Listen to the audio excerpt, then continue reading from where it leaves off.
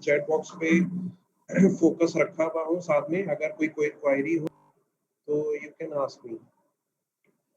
अच्छा, बिस्मिल्लाहिर्रहमानिर्रहीम। Investment material basically जो है वो इन्वेस्टमेंट मटेरियल से पहले तुम लोगों को ये पता होना चाहिए दैट इज इन्वेस्टिंग। ठीक है, investing is basically the enveloping of your wax pattern.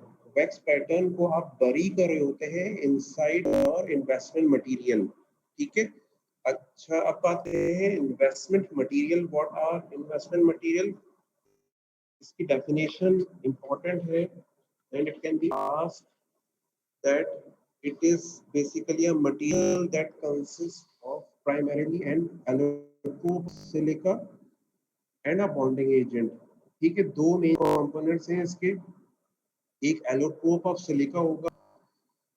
What are allotropes ये पता जो है वो होना चाहिए तुम लोगों को। वी हैड ऑलरेडी डिस्कस, जब मैं फर्स्ट टाइम इसको डिस्कस कर रहा था। एलोट्रोप्स लाइक कार्बन हमारे पास है, जिसकी हमें एलोट्रोपिक फॉर्म्स अवेलेबल है in the form of graphite and form of carb, in the form of diamond. इनमें होता क्या है कि इनका फिजिकल स्ट्रक्चर डिफरेंट होता है और केमिकल फॉर्मूला सेम होता है। ठीक है, those are known as allotropes. तो बेसिकली यहाँ पे हमारे पास एक एलोट्रोप होगा कोई भी सिलिका का, जो हम आगे फिर इसको मैं बताऊंगा कि हमारे पास इन ऑल 4 टाइप्स है एलोट्रोप्स की of silica. What are they? Quartz, क्रीमाइट, क्रिस्टोबिलाइट। ठीक है, ये आगे मैं फर्दर इसको जब हम यहाँ आएंगे तो मैं तुम्हें बताऊंगा। तो इनमें से कोई एक चीज होगी और हमारे पास साथ में एक हमारे पास बॉन्डिंग एजेंट होगा। बॉन्डिंग एजेंट हमारे पास बेसिकली 3 डिफरेंट टाइप्स के हैं। जिपसम बॉन्डेड है एक हमारे पास फॉस्फेट बॉन्डेड है और एक हमारे पास सिलिकेट बॉन्डेड है। और इन्हीं की बेसिस पर हम क्लासिफाई करते हैं अपने ओवरऑल इन्वेस्टमेंट मटेरियल को। Is that clear? ये बात जो वो अपना कॉन्सेप्ट के अकॉर्डिंग तुम्हारा क्लियर होना चाहिए कि हमारे जो डिफरेंट टाइप्स के इन्वेस्टमेंट मटेरियल्स हैं वो किस वजह से डिफरेंट टाइप्स में हम उसको डिवाइड कर रहे हैं। Those are basically divided into 3 different types because of their 3 different bonding agents। ठीक है, जो सा बॉन्डिंग एजेंट होगा उसके अंदर वो वाला हमारा इन्वेस्टमेंट मटेरियल का नाम होगा। और उसमें साथ में एक मेजर जो फर्दर कंपोनेंट जो लाजमी है उसमें वो है ऑफ सिलिका। इसके फंक्शंस क्या होते हैं ये भी पूछा जाता है कि सिलिका का क्या काम है, what is the role of silica in investment materials, और क्या फायदे नुकसान है। वो हम आगे फर्दर इसको मैं रिवीजन में तुम्हें जो है वो डिस्कस करूंगा।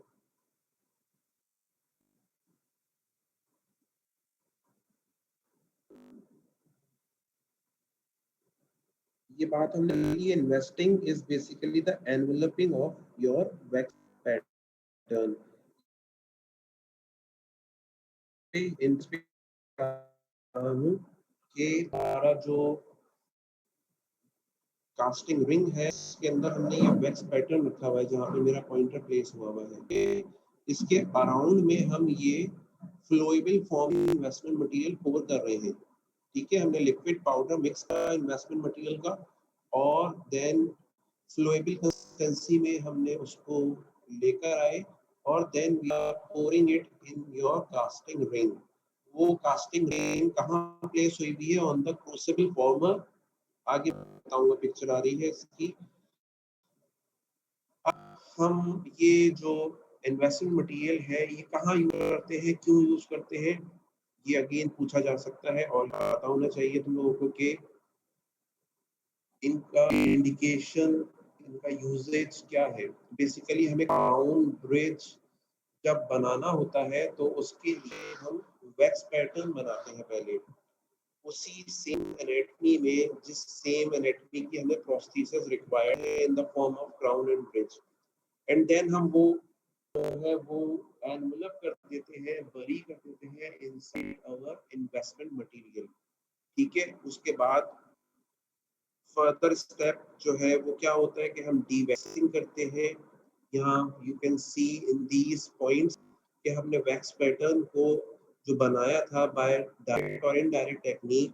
तुम्हें पता है डायरेक्ट टेक्निक वैक्स पैटर्न वो वाला होता है जो हम इनसाइड द माउथ प्रिपेयर करते हैं, जो आउटसाइड द माउथ प्रिपेयर करते हैं वो इनडायरेक्ट वैक्स पैटर्न कहलाता है। ठीक है, हमने वैक्स पैटर्न को बरी कर दिया inside the investment material. Then हम फॉलो करते हैं लॉस्ट वैक्स टेक्निक, जिसमें हम वहां से वैक्स रिमूव करा देते हैं आइदर बाय बर्निंग और बाय मेल्टिंग दैट वैक्स, और कोई रेसिड्यू रिमेन नहीं रहना चाहिए उस वैक्स का। ठीक है, देन आफ्टरवर्ड्स हम अपना एलॉय जो मेटल, जिस मेटल से कास्टिंग करनी है उसका एलॉय लिक्विड फॉर्म में, मोल्टन फॉर्म में एट हाई टेम्परेचर करते हैं एंड देन उस एम्प्टी मोल्ड के अंदर फ्लो करा देते हैं जहां पे हमारा पहले वैक्स पैटर्न था। Is that clear? और इस कास्टिंग के प्रोसेस के अंदर हमें जो श्रिंकेज मिली है वो ये जो हमारा इन्वेस्टमेंट मटेरियल है उसको कंपनसेट करता है by expansion due to the availability of silica. ठीक है, ये पिक्चर अगेन हमने कास्टिंग के चैप्टर में भी डिस्कस करी थी एंड राइट नाउ मैं दोबारा इसको डिस्कस कर रहा हूँ अगेन। ये बहुत इंपॉर्टेंट पिक्चर है तुम्हारे पॉइंट ऑफ व्यू से, एग्जाम पॉइंट ऑफ व्यू से, एग्जामिनर्स की फेवरेट पिक्चर है ये। ठीक है, ये पूछी जाती है तो इसमें तुम्हें पता होना चाहिए this part is the screw, जिसमें बीच में हमारा रिजर्वायर है, ये वैक्स का बना हुआ होता है। ठीक है, ऊपर हमारा वैक्स पैटर्न है again that is also made up of wax, नीचे हमारा कॉमर है। ये जो डॉटेड शेडेड एरिया है हमारा, ये हमारा इन्वेस्टमेंट मटेरियल है जो कि इस पूरी जगह को ऑक्यूपाई कर रहा है। ठीक है, देन यहाँ पर अगर हम आए तो ये बाहर हमारी कास्टिंग रिंग है, इनसाइड दैट कास्टिंग रिंग हम रिंग लाइनर करते हैं जो हमारे पास अगेन डिफरेंट मटेरियल्स का अवेलेबल है, सेरामिक, पेपर, सेल्यूलोज। ठीक है, और एस्बेस्टोस, ये तीन डिफरेंट नाम होने चाहिए तुम लोगों को। अच्छा, ये यहाँ पर तुम देख सकते हो कि ये जो रिंग लाइनर है ये ऊपर से थोड़ा शॉर्ट है 3 mm और इसी तरह नीचे से भी शॉर्ट है 3 mm। इसका रीजन ये है सो दैट जो तुम्हारा इन्वेस्टमेंट मटेरियल है वो डायरेक्टली थोड़ी सी जगह पे एटलीस्ट जो कास्टिंग रिंग है वहाँ एडहेरेंस के अंदर आए, अदरवाइज ये डिसऑर्ज हो जाएगा और जो इसमें जो एक रिटेंशन चाहिए वो अवेलेबल नहीं हो पाएगी यहाँ पर। ठीक है, अच्छा, ये जो स्क्रू बेस है अगेन ये हमारी रबर की होती है, इसको हम रिमूव करते हैं जब हम वैक्स को रिमूव कर रहे होते हैं बाय वैक्स टेक्निक। ठीक है, प्रॉपर्टीज का तुम्हें आइडिया होना चाहिए कि हमारे पास आइडियल रिक्वायरमेंट्स या ideal properties of the investment material क्या होती हैं। दे इजीली मैनिपुलेटेड होना चाहिए और केबल होना चाहिए to record exact shape, size and detail of that wax pattern. ठीक है, जो वैक्स पैटर्न है उसका एग्जैक्ट रेप्लिका बन जाए इसके अंदर, इन्वेस्टमेंट मटेरियल के अंदर। ठीक है, it should not of gases at higher temperatures, or then ये फोर्थ इंपॉर्टेंट पॉइंट है expand enough to compensate the casting shrinkage. Shrinkage हमें दो जगह पे मिलती है, at the time of wax pattern और at the time of casting. इन दोनों श्रिंकेजेस को हमारा जो इन्वेस्टमेंट मटेरियल है वो कंपनसेट करता है बाय एक्सपेंशन, और वो एक्सपेंशन कैसे होती है? By the inversion of silica. ठीक है, and it should be porous enough, जो इन्वेस्टमेंट मटेरियल है वो पोरस इनफ होना चाहिए सो दैट जब हम उसमें कास्टिंग के लिए मोल्टन एलॉय पोर कर रहे हो तो जो जो एम्प्टी मोल्ड है वहां पे जो एयर है वो एस्केप हो सके, अदरवाइज वो एयर लॉक हो जाएगा और हमें बैक प्रेशर मिलेगा उसकी वजह से और हमारी कास्टिंग इनकम्प्लीट रह जाएगी। ठीक है, ये जो है अगेन ईज ऑफ डाइवेस्टमेंट हमें प्रोवाइड करें जब हम कास्टिंग पूरी कर चुके हो तो इजीली ब्रेकेबल हो, और in the last should be inexpensive. ठीक है, यहाँ पे you can see there is a casting ring in which the ring liner is placed inside that is of white color, and this whole casting ring is attached on the screw base जो तुम्हारे पास blue colour में नजर आ रही है, that is the crucible former और screw base. ठीक है, ये वर्क की होती है बेसिकली, और हम इसको रिमूव कर देते हैं eight the time of lost wax technique. Again यहाँ पे तुम देख सकते हो जो रेड कलर में है, these are the casting rings. इसके अंदर हमने जो है वो वैक्स पैटर्न रखा हुआ है जहाँ पे पॉइंटर में प्लेस हुआ है, एंड देन हम इसमें यहाँ पे पोर कर रहे हैं investment material after mixing the liquid powder, and हम उसको फ्लूइड कंसिस्टेंसी में लेकर आने के बाद देन कंप्लीटली फिल करें। और यहाँ पे यू कैन सी है इन दिस पिक्चर के हम कंप्लीटली फिल कर चुके हैं। ठीक है,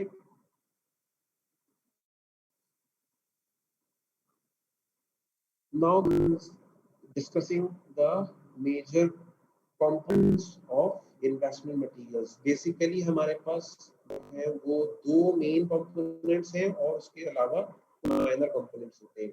तो मेजर कंपोनेंट्स में इज रिफ्रैक्टरी मटेरियल, ये इसका कोई और नाम जो है वो होता है क्या, तुम लोगों को आइडिया है? अभी ऑलरेडी अगर आइडिया हो तो मैं ये डिस्कस कर चुका हूँ। That is basically the allotrope of silica. ठीक है, refractory material is silica here in this case, और बाइंडर हमारे पास डिफरेंट है, ऑलरेडी मैं डिस्कस कर चुका हूँ। जिप्सम है, सिलिका है, फॉस्फेट है, इन्हीं की बेसिस पे हम क्लासिफाई कर रहे होते हैं इन्वेस्टमेंट मटेरियल को। ठीक है, रिफ्रैक्टरी मटेरियल काम क्या है?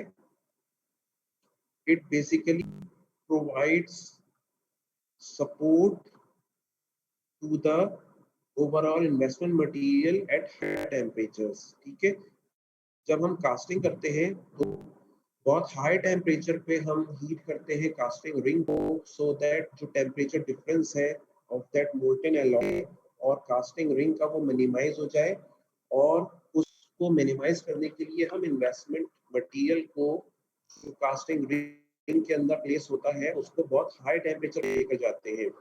तो वहां पे जो हमारे पास ये रिफ्रैक्टरी मटेरियल है, that is the allotrope of silica in one of the form like quartz, tridymite, crystallite. ठीक है, ये हमें सपोर्ट प्रोवाइड करता है और उस हाई टेम्परेचर को रेजिस्ट करता है। ठीक है, इसके अलावा जो हमारे पास इसमें बाइंडिंग एजेंट है वो इन the case of gypsum bonded हमारे पास अल्फा कैल्शियम सल्फेट हेमीहाइड्रेट है, and in the other two types are the phosphate and ethyl silicates। हम जब लो टेम्परेचर की कास्टिंग करते हैं तो उसके लिए हमारे पास लिमिटेड है gypsum bonded investment material, and for higher temperatures of casting we have those other two types like the phosphate and silicates।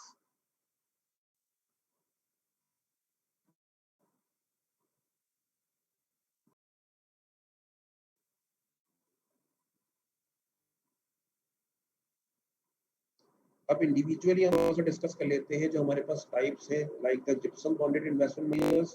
कहाँ यूज होती हैं ये? For the casting purpose of base metal alloy और conventional gold alloys. Basically अगर तुमसे एक option दिया जाए कि what is the major use of gypsum bonded investment materials, तो हमारे पास आंसर होगा कन्वेंशनल गोल्ड एलॉयज।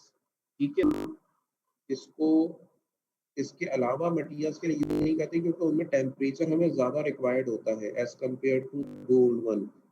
ठीक है, तो gypsum bonded is basically limited to the conventional gold alloys. के अलावा बेस मेटल और जो पार्शियल टेंचर अलॉयज है उसके लिए हम phosphate bonded and silicate bonded investment materials को यूज करते हैं क्योंकि वो हायर टेम्परेचर्स को बेयर कर सकते हैं। Now coming up to the uses of gypsum bonded investment materials, they are used in metal inlays, onlays, crowns and edges for the casting of gold alloys।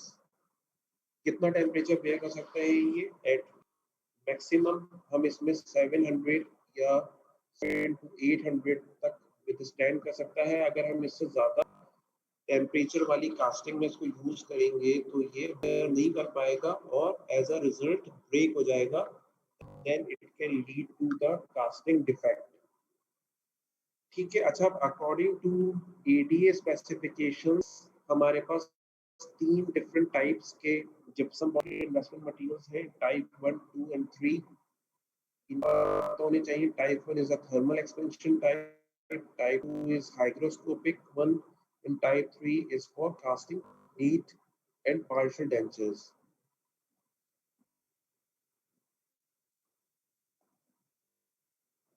Composition की अगर बात करी जाए gypsum bonded में तो हमारे पास 25 to 35% अल्फा पार्टिकल्स हैं calcium sulphate के, देन हमारे पास 65 to 75% इसमें जो है वो refractory material in the form of quartz or cristobalite, and then 2-3% हमारे पास chemical modifiers हैं।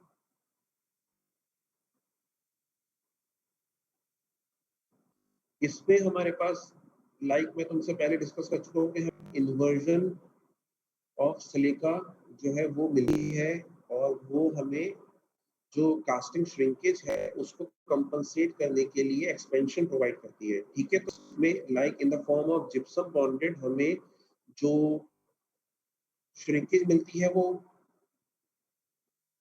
all forms shrink considerably after dehydration. Initially जब हम टेम्परेचर जो है वो रेज करते हैं तो 100 to 400 डिग्री हमें डिहाइड्रेशन ऑफ वाटर की वजह से श्रिंकेज मिलती है जो कि एक्सपेंशन में कन्वर्ट हो जाती है बिटवीन टू 400 to 700 डिग्री। जब हम 400 से ऊपर लेके जाते हैं temperature in between 400 to 700 degree हमें एक्सपेंशन मिलती है due to the presence of silica जो एक्सपेंशन प्रोवाइड करती है by the inversion of silica. And then अगर हम 700 से ऊपर हैं तो हमें फिर सडन कॉन्ट्रैक्शन मिलती है and then breaking of that material भी मिल सकता है, तो इसलिए हम 700 से ऊपर नहीं लेके जाएंगे। ये जो रिएक्शन है अगेन ये पता होना चाहिए, ये कॉमन एक रिएक्शन है जो हमने जिप्सम में भी डिस्कस करा था। जब हम लिक्विड पाउडर मिक्स करते हैं तो हमारे पास डाइहाइड्रेट फॉर्म में ये कैल्शियम सल्फेट डाइहाइड्रेट बन जाता है। ठीक है, इसको वाइस वर्सा अगर कर दो तो यहाँ पे हमने जो है बेसिकली डिहाइड्रेशन करी, हमारे पास डाइहाइड्रेट फॉर्म में ऑलरेडी ये था, हमने हीट करा तो ये हेमीहाइड्रेट फॉर्म में आ गया है यहाँ पर और इसमें से वाटर रिमूव हो गया है।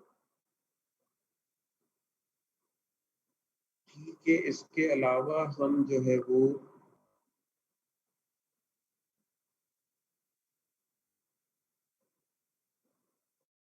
हीट सोकिंग एक टर्म है जो पता होनी चाहिए तुम्हें। बेसिकली ये क्या है, ये हम जब कास्टिंग हमें करनी होती है just before the process of casting उससे पहले हम 1 घंटा पहले ऑलमोस्ट हम अपने कास्टिंग रिंग को इन्वेस्टमेंट मटेरियल अंदर रख देते, हम ओवन के अंदर रख देते हैं। कास्टिंग रिंग के अंदर हमारे पास इन्वेस्टमेंट मटेरियल ऑलरेडी अवेलेबल होता है, ठीक है, in the form of empty mould. और ऐसा क्यों करते हैं हम, to reduce the temperature difference. जो हमारा मोल्टेन एलॉय है अगर हम वो ठंडी कास्टिंग रिंग के अंदर पोर करेंगे तो सडन ड्रॉप ऑफ टेम्परेचर की वजह से जो एलॉय है वो कंप्लीटली फिल नहीं कर पाएगा और in between the sprue passage वो फ्रीज हो जाएगा। तो दैट टेम्परेचर डिफरेंस को रिड्यूस करने के लिए हम हीट सोकिंग करते हैं। ठीक है, हम कास्टिंग रिंग को 1 घंटा पहले before the process of casting oven के अंदर या फर्नेस के अंदर रख देते हैं और उस टेम्परेचर पे रख देते हैं जिस टेम्परेचर पे हमें मोल्टेन एलॉय पोर कराना है, इसमें कास्टिंग का प्रोसेस फ्लो करना है। वही टेम्परेचर हम 1 घंटे पहले से for the purpose of heat soaking के लिए रख देते हैं कास्टिंग रिंग को।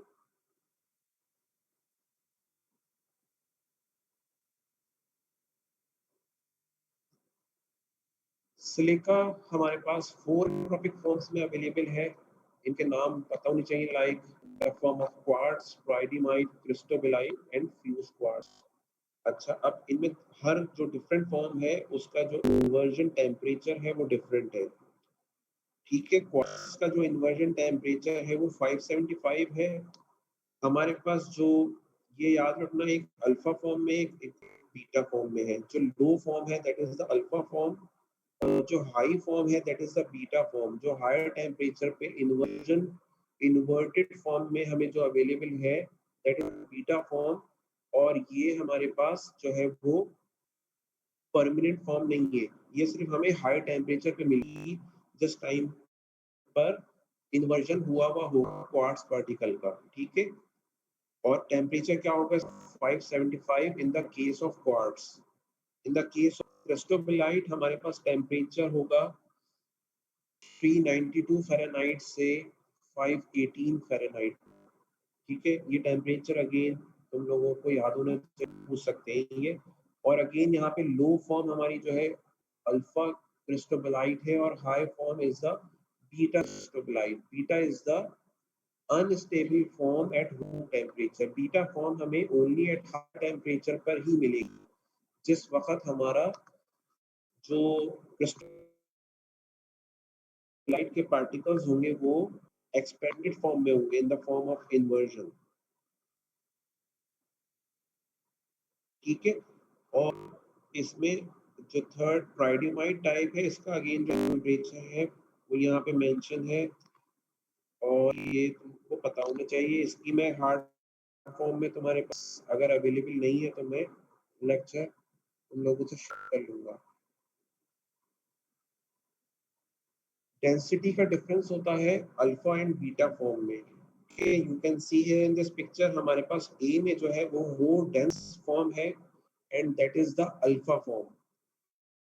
you can see this is the expanded form जो हमें only at higher temperature पे मिलती है जिस टाइम पे इन्वर्जन हुआ हुआ होता है। ठीक है, और यहाँ पे जो डेंसिटी है वो डिक्रीज हुई भी है in any of case like in quartz, crystallite और tridymite। ये तीनों जब भी बीटा फॉर्म में होंगी तो ये एक्सपेंडेड फॉर्म में होंगी और इनकी डेंसिटी कम हुई भी होगी। और जब ये अल्फा फॉर्म में होंगी एट एट रूम टेम्परेचर हमें अल्फा फॉर्म मिलेगा। ठीक है, और वो एक्सपेंडेड नहीं होगा। Only the beta form is expanded form, और द इन्वर्टेड फॉर्म जो हमें एट हायर टेम्परेचर पे मिलेगा और जो अनस्टेबल होगा एट रूम टेम्परेचर। और फ्यूज क्वार्ट्ज की अगर बात करी जाए तो ये बहुत लिमिटेड है या यूज होता ही नहीं है, बिकॉज इसमें हमें एक्सपेंशन नहीं मिलती है। इस पिक्चर में तुम लोग देख सकते हो कि हमने डिस्कस करा है जो हमें थर्मल एक्सपेंशन मिलती है इन ऑल द 3 और 4 फॉर्म्स ऑफ द सिलिका, वो किस तरह से डिवाइड हुई भी है। सबसे ज्यादा हमें एक्सपेंशन मिल रही है इन क्रिस्टोबेलाइट। जब हम हाई टेम्परेचर पे अल्फा से बीटा में कन्वर्ट कर रहे हैं, फ्रॉम अल्फा क्रिस्टोबेलाइट टू बीटा क्रिस्टोबेलाइट जो एक्सपेंडेड फॉर्म है, तो वो हमें सबसे ज्यादा एक्सपेंशन प्रोवाइड कर रही है। उससे कम हमें क्वार्ट्ज प्रोवाइड कर रही है और उससे कम हमें ट्राइडिमाइड प्रोवाइड कर रही है, और फ्यूज क्वार्ट्ज हमें बिल्कुल ही प्रोवाइड नहीं कर रही है। ठीक है, तो इसीलिए जब फ्यूज क्वार्ट्ज में एक्सपेंशन प्रोवाइड नहीं कर रही है तो हम इसको यूज भी नहीं करते हैं। यस, ये ग्राफ पूछा जा सकता है कि हमें सबसे ज्यादा एक्सपेंशन कौन सी एलोट्रोपिक फॉर्म ऑफ सिलिका में मिल रही होती है और किस फॉर्म में नहीं मिल रही, तो वो हमारे पास फ्यूज्ड क्वार्ट्ज है। ये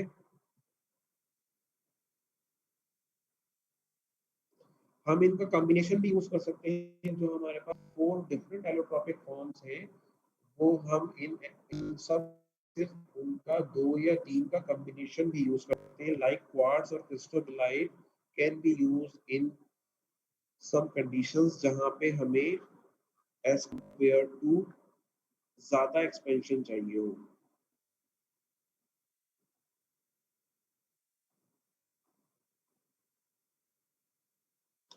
कुछ मॉडिफायर्स हम ऐड करते हैं। मैंने बात करी थी जो 2 मेजर कंपोनेंट्स हमारे पास, तो सिलिका और बॉन्डिंग एजेंट हो गया। उसके अलावा हमारे पास कुछ मॉडिफायर्स हैं in the form of non oxidising agents, वो हम यूज करते हैं सो दैट हमारा जो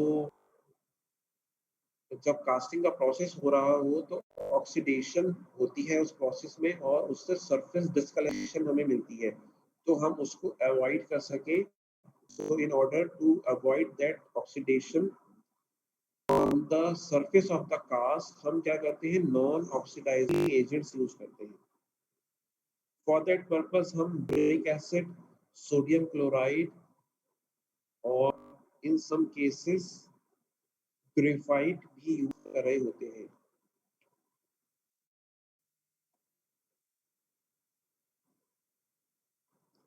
फैक्टर्स कुछ जो है वो पता होने चाहिए तुम्हें, कौन बेसिकली इसका होना चाहिए कि कौन सा फैक्टर्स है जो के एक्सपेंशन में रोल प्ले करते हैं। Greater the gypsum content greater the mould expansion. अगर जो तुम्हारा जिप्सम बॉन्डेड इन्वेस्टमेंट मटेरियल है उसे हमने डिस्कस करा था कि 25 to 35% जिप्सम है, alpha calcium sulphate hemihydrate.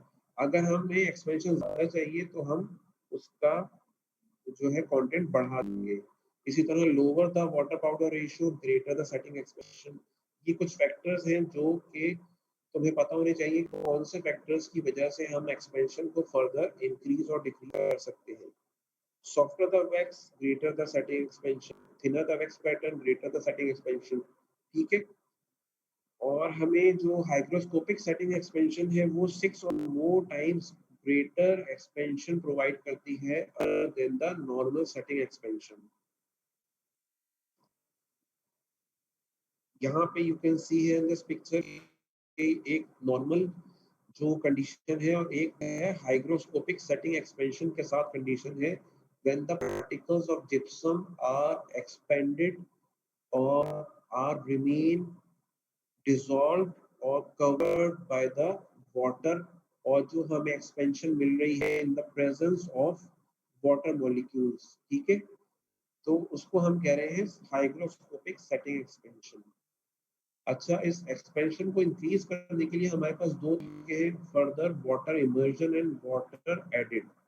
Water immersion में बेसिकली हम यहाँ पे इस पिक्चर देख सकते हो कि हमने पार्टिकल्स को बेसिकली इमर्स करा हुआ है इन वाटर, एंड यहाँ पे दोनों में नीचे तुम देखो अगर, तो here are the particles more expanded. ठीक है, because of the hygroscopic setting expansion particles जो है वो वाटर के अंदर इमर्स है। और एक और तरीका हमारे पास है वाटर एडिड टेक्निक। इसमें हम क्या करते हैं, जो हमारे पास कास्टिंग रिंग है उसके ऊपर, उसकी टॉप सरफेस के ऊपर हम वाटर पोर कर देते हैं in order to feed the water for the purpose of hygroscopic setting expansion. ठीक है। Factors affecting hygroscopic setting expansion, again यहाँ पर कुछ फैक्टर्स हैं like the finer the particles greater the hygroscopic expansion. जितने फाइन होंगे पार्टिकल्स इन्वेस्टमेंट मटेरियल के उतनी ज्यादा हमें एक्सपेंशन मिलेगी। Higher the silica content greater the setting expansion. जितना कंटेंट सिलिका का ज्यादा होगा, बिकॉज हमें सिलिका है वो सेटिंग एक्सपेंशन को कंपनसेट करती है बाय सेटिंग कॉन्ट्रैक्शन को कंपनसेट करती है by expansion because of the inversion of silica. ठीक है। Again effect of water powder, higher the water powder ratio the lesser is the hygroscopic setting expansion. जितना required है अगर उससे ज्यादा आप वाटर यूज करेंगे तो हमें कम मिलेगा setting expansion. Higher the temperature greater is the expansion, shorter the mixing time lesser is the hygroscopic setting expansion। जितना मिक्सिंग टाइम कम होगा, क्योंकि जो अगर आप मिक्सिंग टाइम कम करेंगे तो पार्टिकल्स को टाइम नहीं मिलेगा सो दैट कि वो एक्सपेंड हो सके, तो इसीलिए हमें हाइग्रोस्कोपिक सेटिंग एक्सपेंशन कम मिलेगी। ओल्डर इन्वेस्टमेंट मटेरियल, जितना पुराना हमारे पास जो रिजर्व में रखा हुआ होगा वो हमें less hygroscopic setting expansion provide करेगा एज कंपेयर टू अगर हमारे पास फ्रेश मटेरियल हो। For the purpose of hygroscopic setting expansion हम डैम एस्बेस्टोस भी यूज करते हैं the inner wall of the ring. Like for example हम कास्टिंग रिंग यूज कर रहे होते हैं, उसके अंदर हम रिंग लाइनर प्लेस कर रहे हैं। वो रिंग लाइनर बेसिकली अगर एस्बेस्टोस का है, सेलुलोज का है या सेरामिक का है तो हम उसको डैप करके रखते हैं for the purpose of hygroscopic setting expansion. Hygroscopic setting expansion का फायदा ये है कि ये हमें जो श्रिंकेज मिल रही है कास्टिंग के अंदर उसको कंपनसेट करने में हेल्प करता है। ठीक है, हमें दो तरह की जो है वो एक्सपेंशंस मिल रही होती है। एक हमें हाइग्रोस्कोपिक सेटिंग एक्सपेंशन मिल रही है और दूसरी हमें इन्वर्जन ऑफ सिलिका की वजह से भी एक्सपेंशन मिल रही होती है। ठीक है, मैंने डिस्कस करा था कि अल्फा फॉर्म से बीटा फॉर्म में जब वो कन्वर्ट हो रहा है एट हायर टेम्परेचर्स तो वहां पर हमें इन्वर्जन ऑफ सिलिका की वजह से एक्सपेंशन मिल रही है हमारे इन्वेस्टमेंट मटेरियल के अंदर। वो कंपनसेट करेगी कास्टिंग श्रिंकेज को। ठीक है, इसी तरह सिमिलरली हाइग्रोस्कोपिक सेटिंग एक्सपेंशन भी कंपनसेट करेगी जो कास्टिंग श्रिंकेज है और जो वेस्ट पैटर्न के अंदर भी श्रिंकेज मिल रही है। याद रखना दो तरह की श्रिंकेजेस मिल रही हैं और दो तरह की श्रिंकेजेस को हम कंपनसेट कर रहे हैं बाय दो तरह की एक्सपेंशन से। पहली श्रिंकेज हमें वेक्स पैटर्न में मिलती है और दूसरी श्रिंकेज हमें कास्टिंग के प्रोसेस में मिलती है बाय कास्टिंग श्रिंकेज। ठीक है, उनको कंपनसेट हम करते हैं bye two different types of expansions like the hygroscopic setting expansion and the second one is the inversion of silica, जिस inversion of silica की वजह से भी हमें जो है वो एक्सपेंशन मिलती है और जो कंपनसेट करती है उस कास्टिंग श्रिंकेज को। फाइनर पार्टिकल्स जितने होंगे ज्यादा उतनी हमें ग्रेटर हाइग्रोस्कोपिक सेटिंग एक्सपेंशन मिलेगी।